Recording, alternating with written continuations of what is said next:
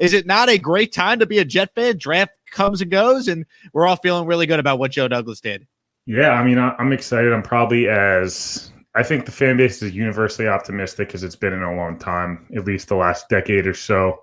I would say normally we kind of have to talk ourselves into at least 2 or 3 of the early picks. Usually we're hyped about the first rounder, and then second, third round, we're like, oh, like this guy fell to us. And we're like kind of everyone's talking themselves into, oh, well, like Hackenberg's like sophomore and junior tape sucked, but like he was good as a freshman, or like Gino, like he's really like whatever. You talk yourself into these picks, and Devin Smith, he'll learn the rest of the route tree other than running a go route. Like he'll be good for us, and I don't feel like that's the case here. I feel like they're consensusly players I loved, and every single mock draft and every single thing I heard was Elijah Moore at 23 or Elijah Vera Tucker at 23, and the fact that they got both of them, and they also now hopefully have their franchise quarterback, and then went running back too, and a guy that they had a second round grade on, and I think it's okay to be optimistic. I don't think you're talking yourself in a Jet Super Bowl. I don't think anyone's doing that. I just think they're excited to watch a young core. Wilson's 21, Vera Tucker's 21, Elijah Moore's 21, Becton's 22, Mims is 22, Corey Davis is 26. He's the old man on the block. Michael Carter is 22. Like, it's pretty exciting. I don't know. I think it's okay to be optimistic and excited based on what you saw this weekend. I don't think it's false hype in any way, shape, or form. Specifically with the Elijah Vera Tucker pick, because you're right, the Jets were mocked to take him, but at pick 23, there was just no plausible scenario a guy that good was going to be there when it was all said and done. So the aggressiveness by Joe Douglas, to go up from 23 to 14 to get a guy that's going to immediately help this young quarterback and Zach Wilson on that offensive line. I mean, that to me was a defining move of the Joe Douglas tenure so far. That's why you accumulate all this draft capital, so you have the capabilities, you have the flexibility to go up and be aggressive and get a top 10 talent in Tucker. Do you see it the same way? Yeah, no, I do. I know you've mentioned this on your show. I've heard you talk about it. Cap Russo and Connor have talked about it on the Badlands pod. They drafted 2 first-round O-linemen in the last 20 years, and they were 15 years ago, and Mangold and Ferguson, and literally did not address the O-line in the first round, and mostly in the second or third round either in the last 15 years. And you can only – it's nice to be able to have projects like a Cam Clark they took last year. I think he might maybe he turns into something this year. You don't know. I mean, there's a lot of reasons, right? Or you take they botched a Vlad Ducasse, but at least they tried, in the second round of project. Hopefully you could develop him. This is not that. This is bona fide. It was the best interior offensive lineman in the draft. He's not just a guard, because if they want to play him at tackle, they very easily could. He projected that way because of his arm length. But he played left tackle and right tackle for USC too. It's not like he's not a pigeonholed guard that's just like some short guy that, can only, he's not a great athlete. He's a really good athlete. His raw athletic score is RAS score.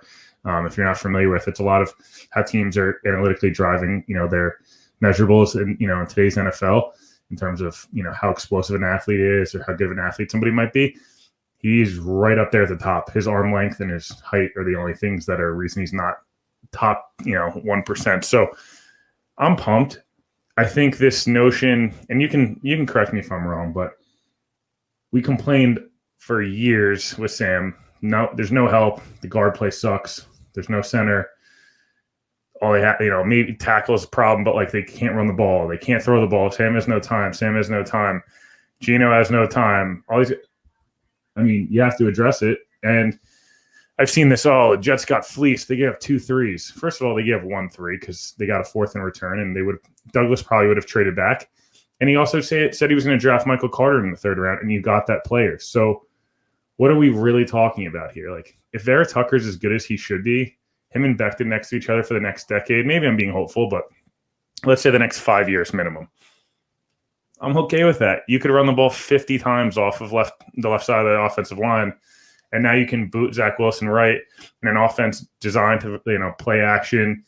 Mims on a crosser, Corey Davis, you hit Elijah Moore on a deep post. Like, these things will come to fruition, and they're not done fixing the offensive line, but you need to fix it with top tier talent. Look at the Cowboys. Like, we look at Dak, and Dak's maybe whatever. It depends on where you like him, 6 through 12 in the NFL, probably quarterback wise, or Baker, or any of these guys. Brady had probably the best offensive line in football last year. You need a good offensive line. And this notion that somebody would have been there at 23, you don't know that. And you don't know in the draft process when you trade a future pick. The Jets traded a 1, a 2, and a 4 for Darrelle Revis.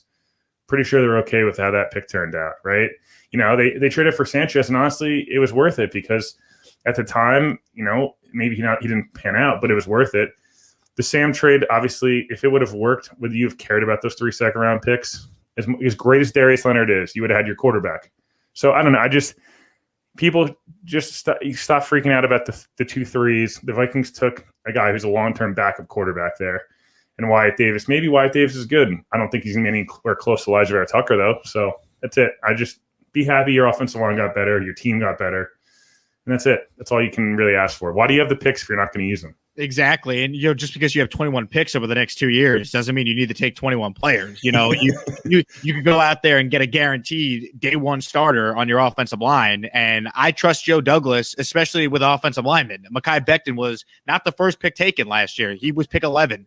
Douglas evaluated the offensive linemen that were available and got the best one that was there at number 11. And he's a future All-Pro at the position. So you have him, you have Vera Tucker. All of a sudden, you have 2 focal points now, 2 staples on that O-line going forward. And then, Will, as far as what else they did in the draft, to me, a defining sign, and I've spent all week talking about this on my radio show, a defining sign that things are different with the Jets is that at pick 34, there's a good argument that they could trade out. They could address defense. They could, take a corner. They could take JOK, who was still there. There's an argument for that, sure. I would have been okay with basically anything the Jets wanted to do in that spot.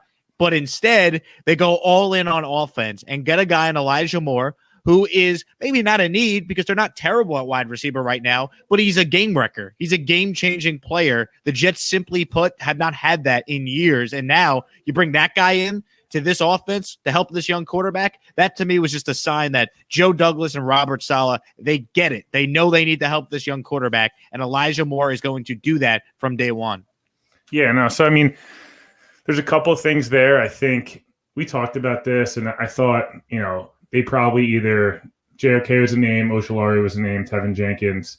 All 3 in their own respects had issues. Ojulari had the degenerative knee condition that looks like, it could be a Jadeveon Clowney situation where as much as he'd be a stud for the Giants. It looks like down the line that knee is going to need to get, surgically repaired. And you just never know how that stuff can turn out, right? So he was a risk, even though I thought he was an option. I didn't think once I heard that, all of a sudden I was like, I don't know. Douglas probably isn't going to go there.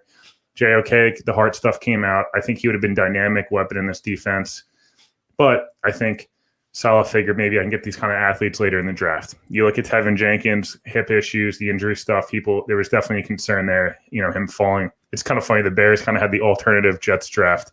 If you think about it, the Jets were rumored to have, be interested in Fields.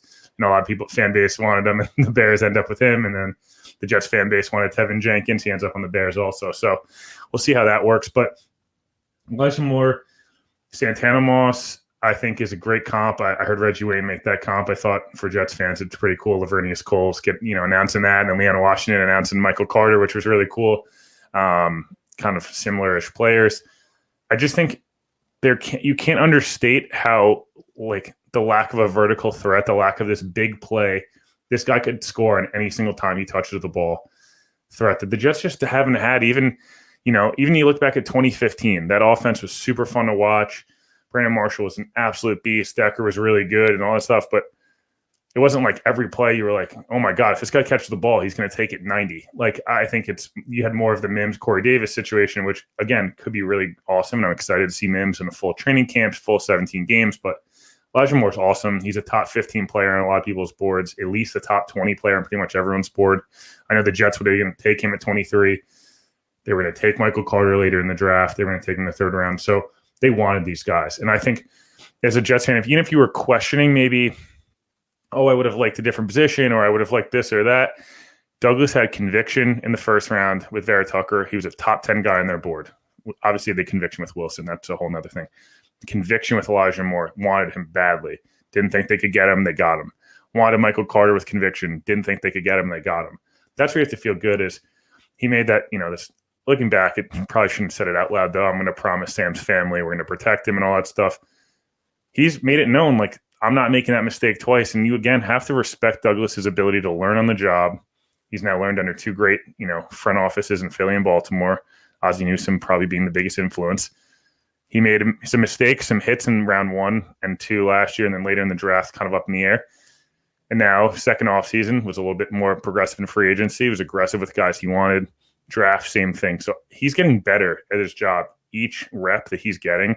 And I think you have to love that, because from what do you want from your coach or your players? You just want improvement every year. You want to see them get better, learn from their mistakes, own where they're good, where they're not. And I think Douglas has done a great job.